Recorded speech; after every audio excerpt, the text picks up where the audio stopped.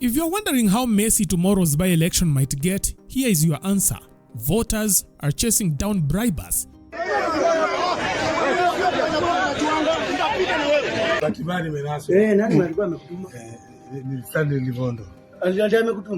Spiritual healers are preparing candidates with potions.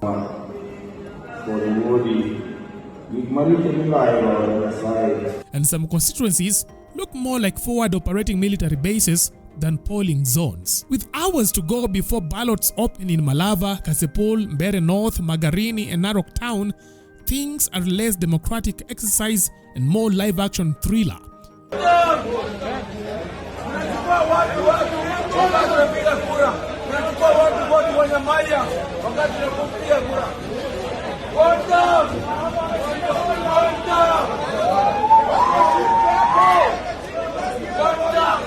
For instance, in Malava, voter bribery didn't just backfire, it went viral.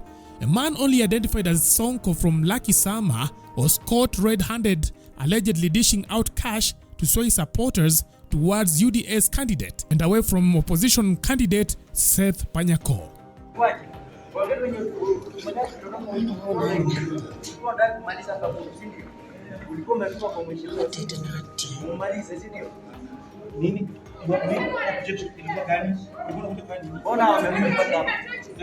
Locals didn't wait for police. They formed their own accountability task force. Fists first. Mimi ni mkazi wa Nairobi unakana wapi? Lakisama. Nyinyi ndio wale mnaletwa. Walikuacha. Wakati wenye magari kitoroka ulitoka nje. Ulikuwa unataka kumaliza hapa moto, si ndio? Ulikuwa umetuma kwa mheshimiwa, si ndio? Ummalize, si ndio?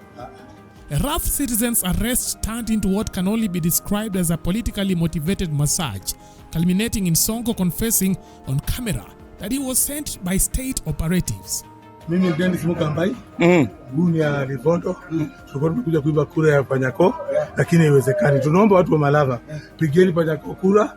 Panyako ni kiongozi ambaye atasaidia. Sema bahati mbaya nimenaswa bwana. Bahati mbaya nimenaswa. Nani alikuwa amekutuma? Ni Stanley Livondo. Alianza amekutuma.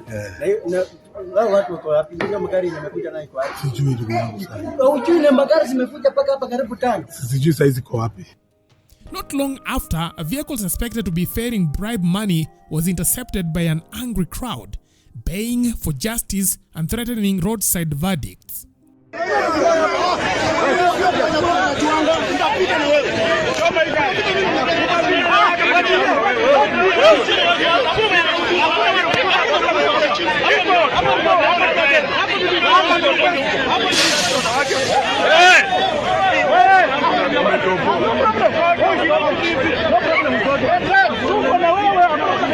Lakini UDN one term. You want term.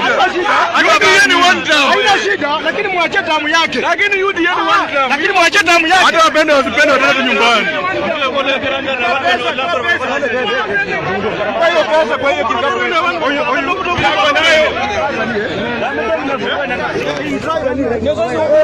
Meanwhile, in Kasipul, the campaign trail has detoured into divine territory.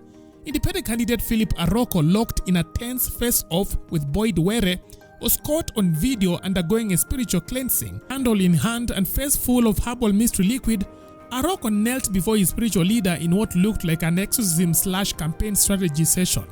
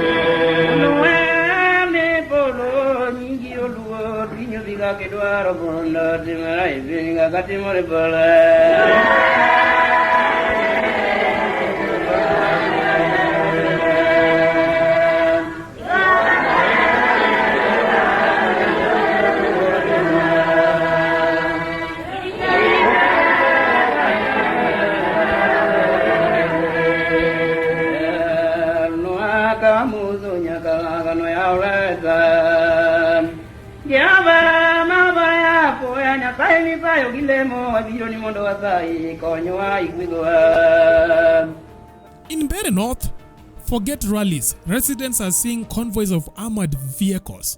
Tankers, soldiers, and heavily armed police have turned the constituency into a military zone.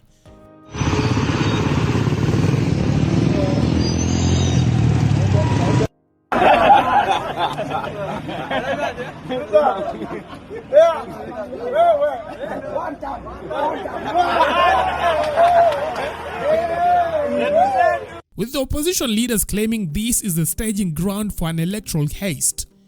They claim that pre-marked ballots are already en route, with plans to use tear gas and chaos to disrupt tallying stations, long enough to swap in doctored votes for UDS Leo Mudende. And these officers have been instructed to go to the polling stations, some pretending to be agents, others to be observers, others to be keeping security. The plan in Mbeere North is that 1,500 gangsters from Kayole and Kambura in Kikuyu are in Mbeere.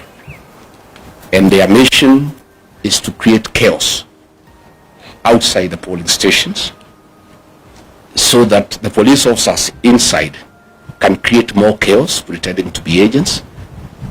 And in that situation of chaos, the pre-marked ballots will be put into the ballot boxes. Thereafter, the police will arrive and keep peace, and things will go back to normal. And then the voting will continue. By that time, the pre-marked ballot papers will have been in the ballot box already. DCP party leader Rigathi Gachagua claims it is a full-blown rigging operation in motion, calling it ballot laundering with a military escort. We are therefore saying, and the CEO of IBC, Marajan, is in Mbeere North himself overseeing that exercise. Let me ask government not to provoke the people of Mbeere North and the people of Kenya. Those people will not accept that situation. And I can tell you they are aware and they are waiting. And I think for IBC, they have lost an opportunity to work on some credibility where Kenyans can believe that they can be trusted to oversee the general election. So let me ask the people of Mbeere North to be vigilant, to go and vote, and hang around. And when there is a signal that the goons and the police have brought chaos, they too must come and protect their vote, because it's their right and it cannot be taken away from them. In Narok town, the governor has mobilized goons with the help of the Murang'a women rep, Betty Minor, again from Kikuyu, from Kayole, to go and intimidate members of the Kikuyu community in Narok town because they are perceived to be against government, and to make sure they do not vote. I was there on Monday. There was a lot of violence by goons under police supervision in broad daylight. And I want to ask the members of the Kikuyu community not to fear to go and vote, because they are Kenyans and they have a right to live anywhere in this country, and they have a right to vote for whoever they want to vote for. Our party has organized adequate security to escort them to go and vote, and they should do so without fear, because if they buy fear, this will set the stage for the rigging of the 2027 general election. So let us say that if William Ruto and IBC think they will rig the 2027 general election, they will be in for a rude shock. Admittedly, I think the by-elections are a trial run on how they can rig the 2027 general election. For us, it's also very good, so that we see how they do it, so that we learn and we prepare. But I can tell you with certainty, the people of Kenya will not be intimidated to elect people they don't want. And Kenya is not Tanzania. This is a totally different country with a very resilient population who don't buy fear and who are not easily intimidated. In Mbeere North, William Ruto has spent over 700 million shillings trying to bribe voters. And on the eve of the closure of the campaign period, the people of that area were through with that money. They want to go and vote their men, and that is why now they want to stuff the ballots. And it will not work, and it will not happen. And it is wrong for government officers sitting somewhere in a hotel outside Embu to think that they can go and stuff ballots into ballot boxes where the people live. It is very difficult. It's not easy. So we want to ask IBC not to allow officers into polling stations. And we have asked our agents to demand from the presiding officer that all agents are frisked for weapons. Nobody is supposed to carry a weapon inside a polling station unless it's an officer who is uniformed.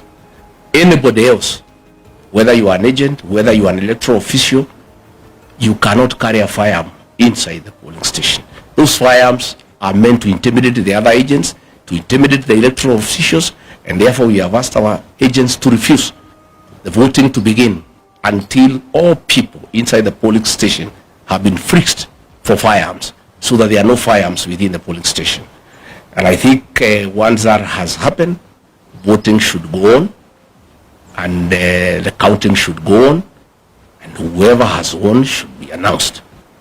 We have asked the people of Mbeere North, after voting, all of them to proceed to the tallying center in Chicago, so that they can protect their vote. Because we cannot agree a few police officers organized by government to intimidate an entire population. It is not acceptable. It cannot happen. But the most annoying thing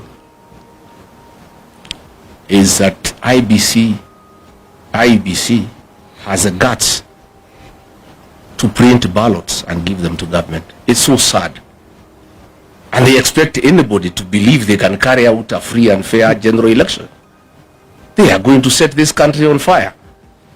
If those ballots are introduced tomorrow across the country successfully, because Kenyans will know, because the agents will be there, the police will use force, those activities will be recorded, and it comes to the attention of the people of Kenya that IBC with the government want to introduce ballot papers that are pre-marked.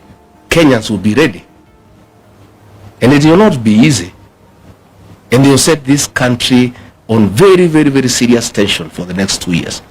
I can tell you with certainty that if they try the rigging of these by-elections, this country will be on political mood from tomorrow up to 2027, and no work will be done in this country.